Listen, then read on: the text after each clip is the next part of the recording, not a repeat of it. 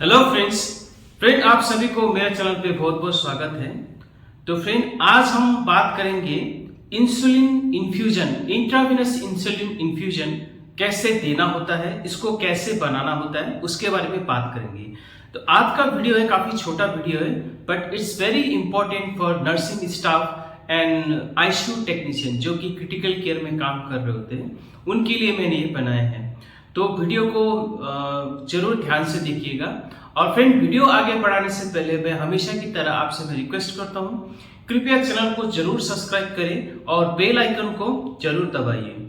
अब देखिए intravenous insulin जो होता है, there are 4 types of intravenous insulin we can give. तो सबसे पहले इसमें आता है नोवारेपिड, उसके बाद ह्यूमन एक्ट्रापिड, उसके बाद फिर रेगुलर इंसुलिन और फिर ह्यूमन इंसुलिन। अब देखिए ये सारा जो इंसुलिन होता है, ये इसमें एक कैरेक्टरिस्टिक फीचर्स ये होता है कि उसका जो ऑनसेट ऑफ एक्शन होता है काफी फास्ट होता है, इसीलिए हम लोग ये इंसुलिन हम लोग आईवी में देते हैं।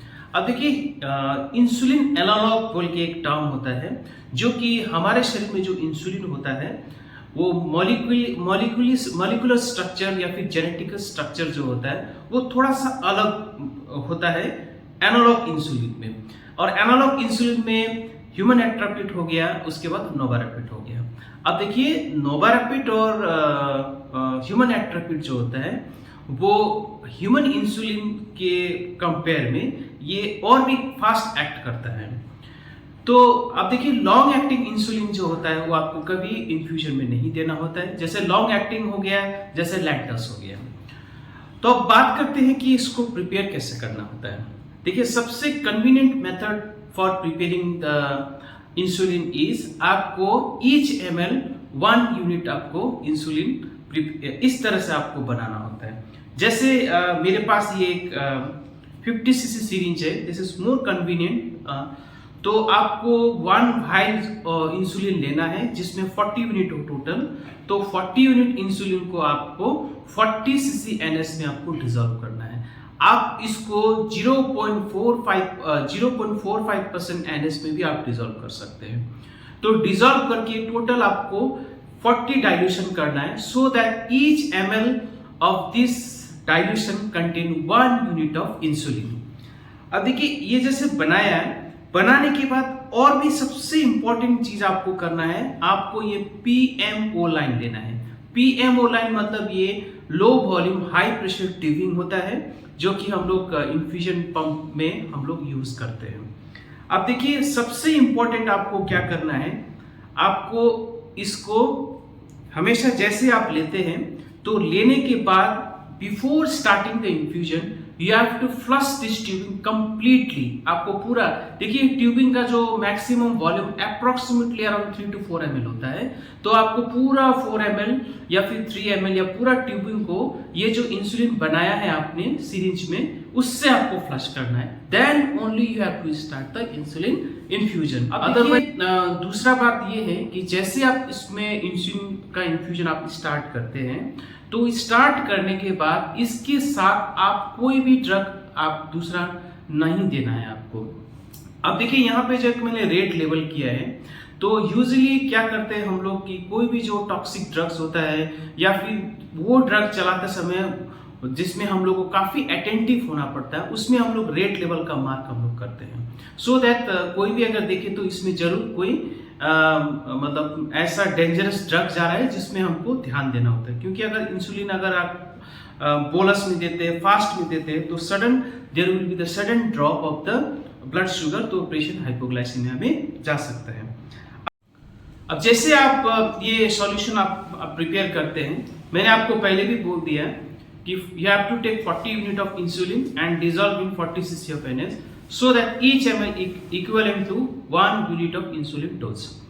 तो आप जैसे चलाते हैं, अब कितना डोज में आपको स्टार्ट करना है वो आपको पता होना चाहिए। देखिए मेरे पास एक चार्ट है, यहाँ पे आप देख पा रहे हैं, इसको हम लोग बोलते हैं low dose scale, moderate dose scale और हाई डोज स्केल। तो always begin insulin infusion at low dose infusion until unless अगर आपको नहीं कहा गया कि मॉडरेट पे शुरू कीजिए या फिर हाई डोज में शुरू कीजिए, हमेशा लो डोज में आपको स्टार्ट करना है। देखिए 250 या फिर 300 होने से कितना इंसुलिन डोज जाना चाहिए और उसका इक्विवेलेंट कितना ml होता है, ये सारा आप चार्ट में देख पा रहे हैं। अब देखिए एक स्पेसिफिक कंडीशंस होता है, जैसे कि हाई डोज स्केल जो होता है वो उसी में यूज करना होता है जो कि पेशेंट क्रोनिक स्टीरॉइड्स ले रहा हो, जैसे नेफ्रोटिक सिंड्रोम का पेशेंट हो या फिर कोई रूमाटॉइड आर्थराइटिस हो, ऐसा पेशेंट जो कि लॉन्ग टर्म स्टीरॉइड में होता है, तो ऐसा पेशेंट में थोड़ा सा इंसुलिन डोज ज़्यादा लगता है। तो इसीलिए ऐसा कंडीशन में आपको हाई डोज स्केल से शुरू करना होता है। और जो पेशेंट जो टोटल पेरिफेरल न्यूट्रिशन ले रहे हो, टीपीएन ले रहे हो, या फिर ऐसा पेशेंट जिसमें टाइट कंट्रोल एक टर्म्स होता है, जिसमें कि हम लोग को सीवीजी अराउंड 120 से लेके 140 के आसपास रखना होता है, जैसे कि मेजर सर्जरीज हुआ है जिसमें हमको शुगर को ठीक ठाक कंट्रोल में रखना होता है, तो इसको टाइट कंट्रोल रेजिमेन बोलते हैं। तो ऐसा कंडीशन में आपको हाई डोज स्केल से आपको इंसुलिन इन्फ्यूजन चलाना होता है। अब देखिए जैसे ही पेशेंट का इंसुलिन चल रहा होता है तो आपको एक चीज ध्यान रखना होता है कि 24 आवर में कितना इंसुलिन पेशेंट को गया, उसका आपको एक रिकॉर्ड रखना है, उसको आपको ऐड करके रखना है।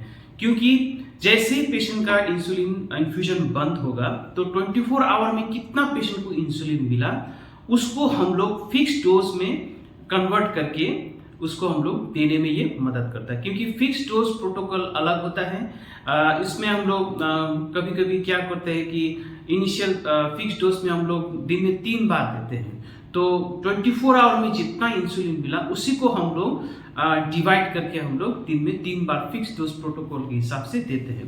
तो इसीलिए 24 आवर में कितना इंसुलिन गया उसको कैलकुलेट रखना, उसका रिकॉर्ड रखना काफी जरूरी होता है, इंपॉर्टेंट होता है। और हमेशा याद रखिए कोई भी पेशेंट, जैसे एल्डरली पेशेंट हो या फिर माल नरिश्ड पेशेंट हो या फिर सीकेटी पेशेंट हो जिसका किडनी खराब हुआ है या फिर लीवर फेलियर का पेशेंट हो, ऐसा पेशेंट में अगर आप इंसुलिन इन्फ्यूजन स्टार्ट करते हैं तो always start from low dose infusion. आज के लिए इतना ही, ऐसे ही वीडियो लेके हम लोग फिर आएंगे, तब तक के लिए थैंक यू वेरी मच।